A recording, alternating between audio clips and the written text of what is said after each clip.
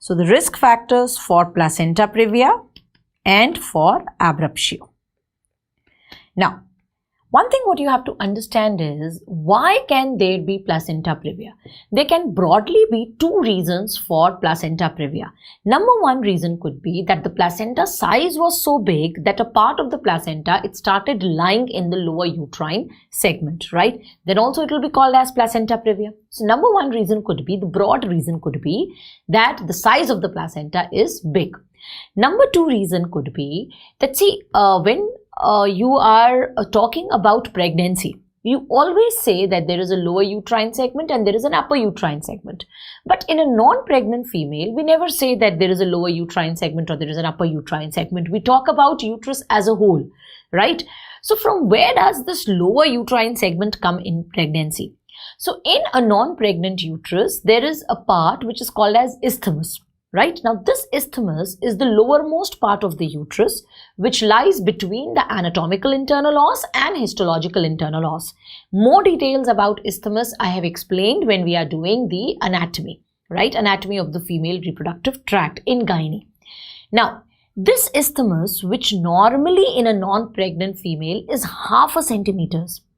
During pregnancy, it enlarges and it becomes 5 centimeters and it forms the lower uterine segment, right? So lower uterine segment is formed only during pregnancy and it is well formed only in the later half of the pregnancy, right? And it is formed from isthmus, right?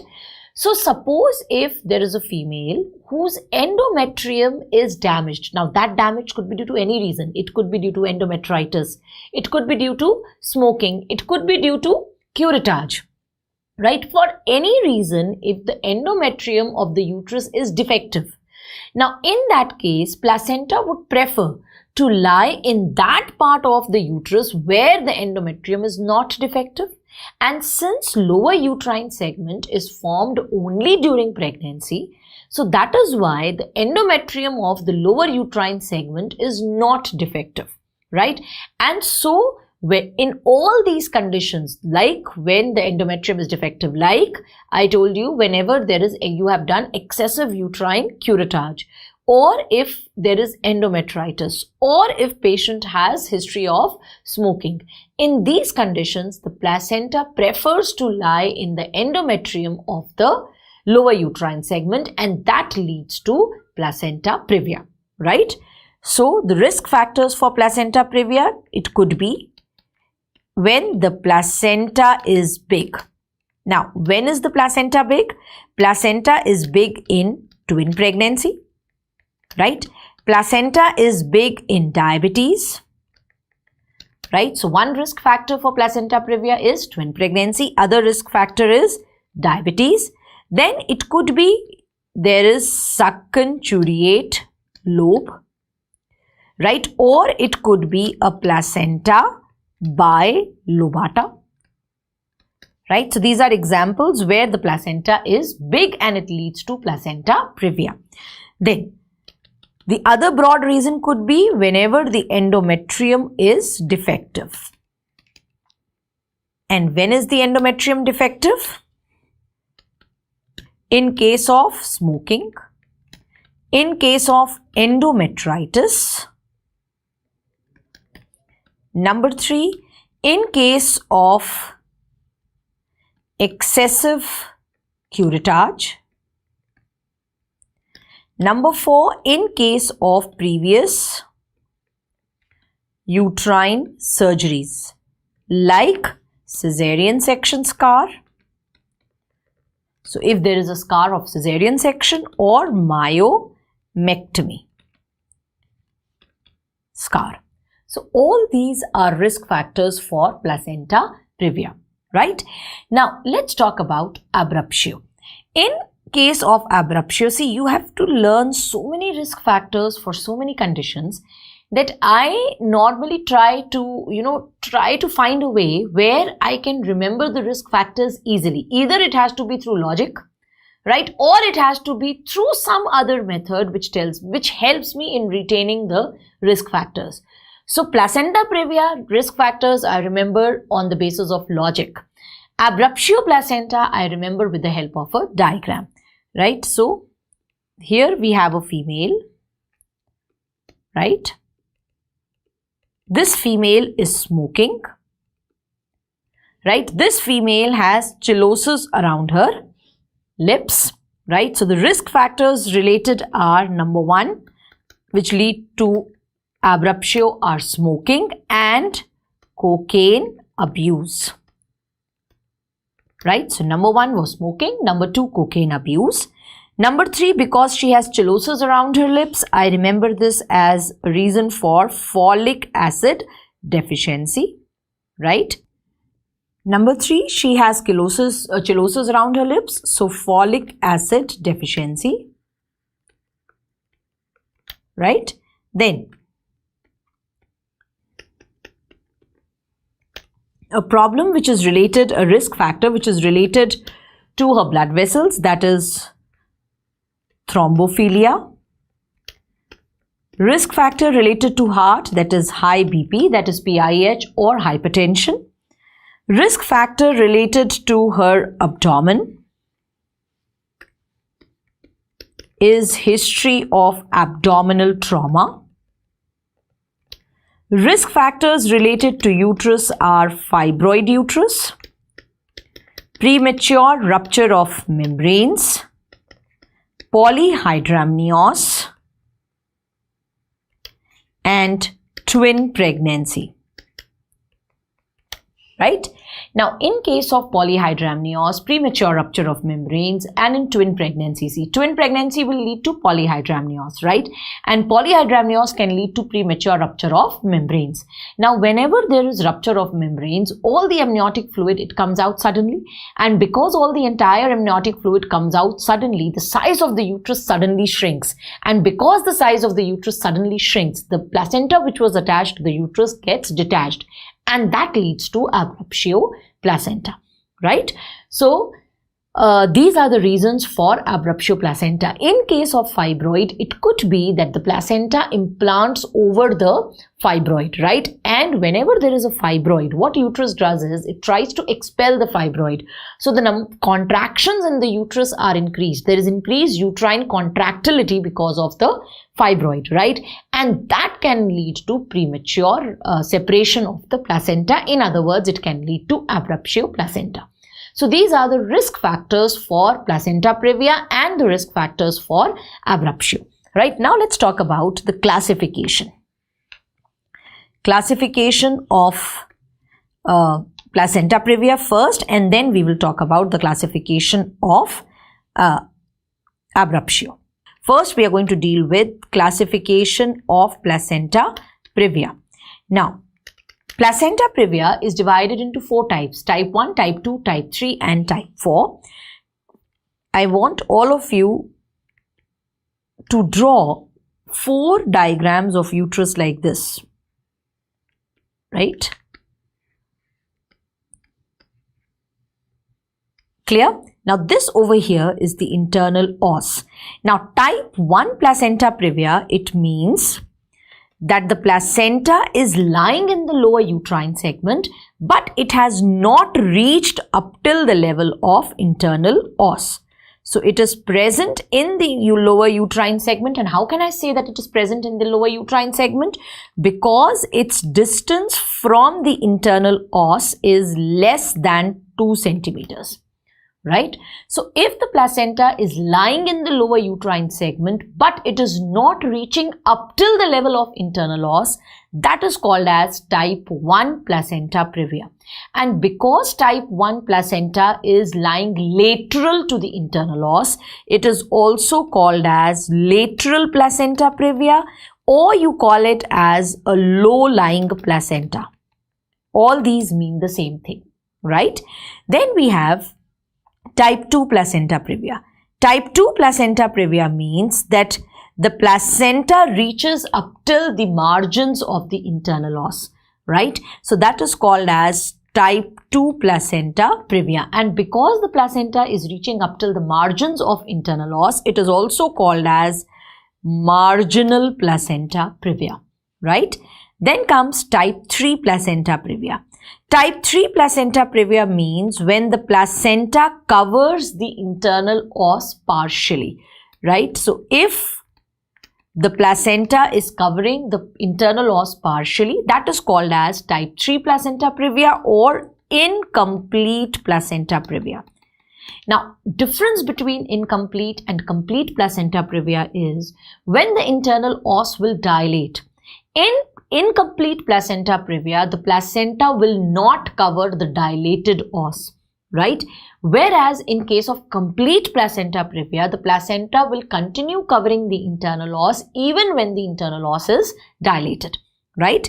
Then comes type 4, and as I told you just now, in type 4 placenta previa, the placenta covers the internal os completely, right? So if the placenta is covering the internal os completely, that's a type 4 placenta previa, which is also called as a complete placenta previa or a central placenta previa, right? So these are the names for type 4 placenta previa. Now, before I tell you about the classification of abruptio, some other important points which you have to know is that in case of type 1 and type 2 placenta previa, either the placenta can be attached to the anterior wall of the uterus or it can be attached to the posterior wall of the uterus. So type 1 and type 2, they can have type 1 anterior and posterior. Similarly, in type 2, we can have anterior and posterior, right? Now, type 2 posterior placenta previa, that is called as the dangerous variety of placenta previa. Why it is called as the dangerous variety of placenta previa? Because in type 2 posterior, the placenta is located posteriorly, right? And it is reaching up till the level of internal os. So when an ultrasound is done, this placenta previa is so many times missed, right? It lies behind the fetus. Now, when the fetus at the time of labor, when the fetus will go down, it will press against the placenta and they will be bleeding, right? So that is why type 2 placenta previa, that is called as the dangerous variety of placenta previa, right? That is one thing which you have to remember. The other thing which you have to remember is that minor degrees of placenta previa, they include type 1, anterior and posterior. So in type 1, both anterior and posterior are included in minor degrees of placenta previa. In type 2, only the anterior is included in the minor degrees of placenta previa. Now, in minor degrees of placenta previa, vaginal delivery can be tried, right? So, vaginal delivery can be tried. On the other hand, when we talk about the major degrees of placenta previa, major degrees of placenta previa, it will include type 2 posterior, type 3 and type 4. And in major degrees of placenta previa, you always have to do a cesarean section, right?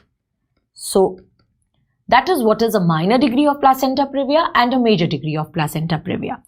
And just one more important point what you have to remember is that in all posterior varieties of placenta previa, now when I say all posterior varieties of placenta previa, what are the all posterior varieties? It means type 1 posterior and type 2 posterior, right?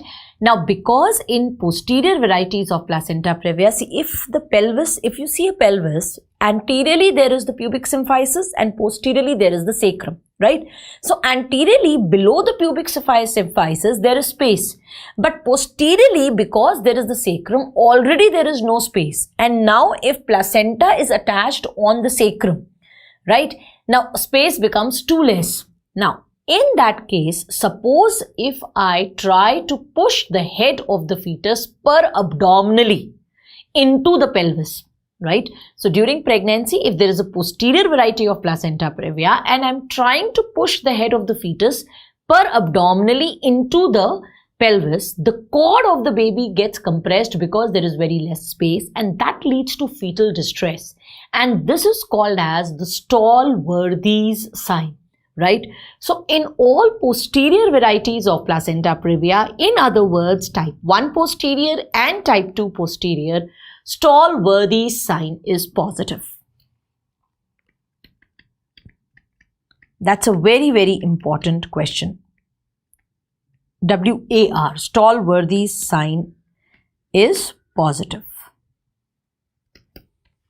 That is in all posterior varieties of placenta previa. So this is what you needed to know about the classification of placenta previa. In page classification, we have grade 0, grade 1, grade 2 and grade 3, right? Now, grade 0 means that the abruptio was not detected at the time of pregnancy, and why it was not detected was because it did not lead to complete separation of the placenta.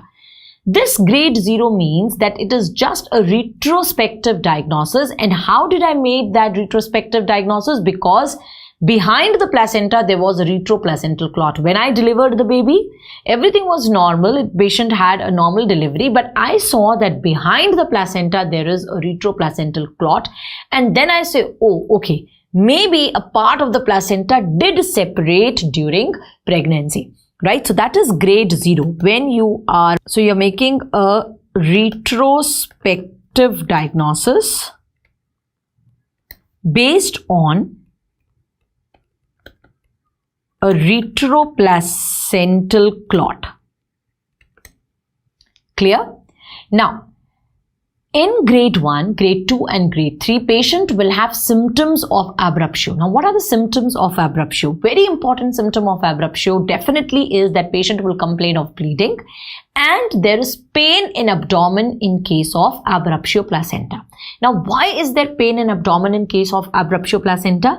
See, when the placenta separates, thromboplastin is released, and this thromboplastin is a uterotonic agent, and that leads to pain in abdomen. So in case of abruptio, always patient will have bleeding and she will have pain in abdomen.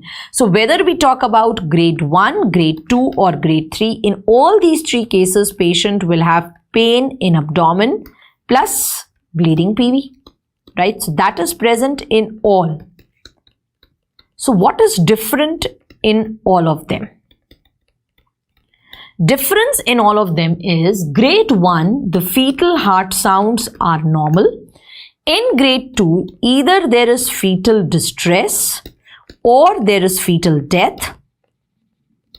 In grade 3, apart from the fetal death, patient will be in shock plus minus DIC. Right? Now, when I told you that in abruptio, when the placenta separates, the thromboplastin is released. This thromboplastin, not only it acts as a uterotonic agent and brings about pain in abdomen, this thromboplastin also leads to DIC. So the release of thromboplastin can lead to DIC. That is why one of the major complications of abruptio placenta is DIC. And here only you should note that because this DIC is due to the release of thromboplastin, right?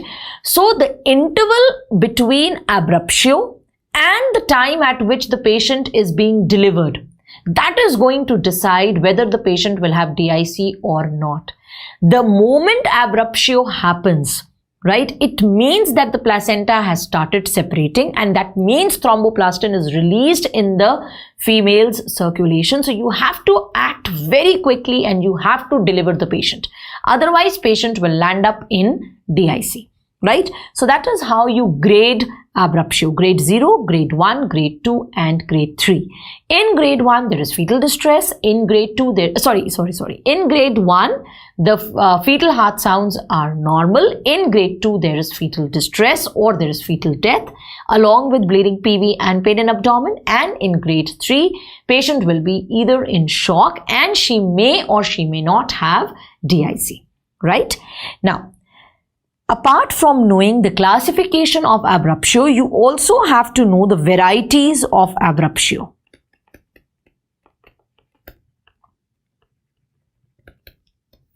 The varieties of abruptio. So I'm just writing it a little properly so that you can read. right? Now, in varieties of abruptio, there are two varieties of abruptio. One, suppose this green color is the placenta. One variety is if the placenta separates in such a manner that whatever bleeding happens, it gets space to come out. Then that is called as revealed variety. Right? So here the placenta is separating in such a manner that whatever bleeding is happening, it is getting space to come out. Right? Now, on the other hand, if placenta separates like this, see here also the placenta has separated from the uterus, but the problem is that whatever bleeding is happening, it is not getting any space to come out. This type of abruptio is called as concealed variety of abruptio, right? Concealed variety. Right? Now, in concealed variety, what happens is that the blood is collecting behind the placenta, and because blood is collecting behind the placenta, ultimately it enters the myometrium of the uterus, and the entire uterus, it starts appearing bluish or wine colored, right? It appears as if there are many bruises on the uterus, and such a uterus is called as a covulare uterus, right? As I told you just now, in concealed variety, the blood will collect behind the placenta. It enters the myometrium of the uterus.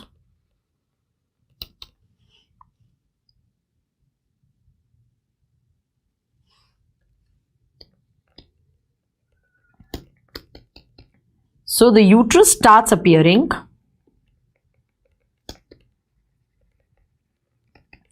bluish or it is wine colored, and such a uterus is called as covulare uterus.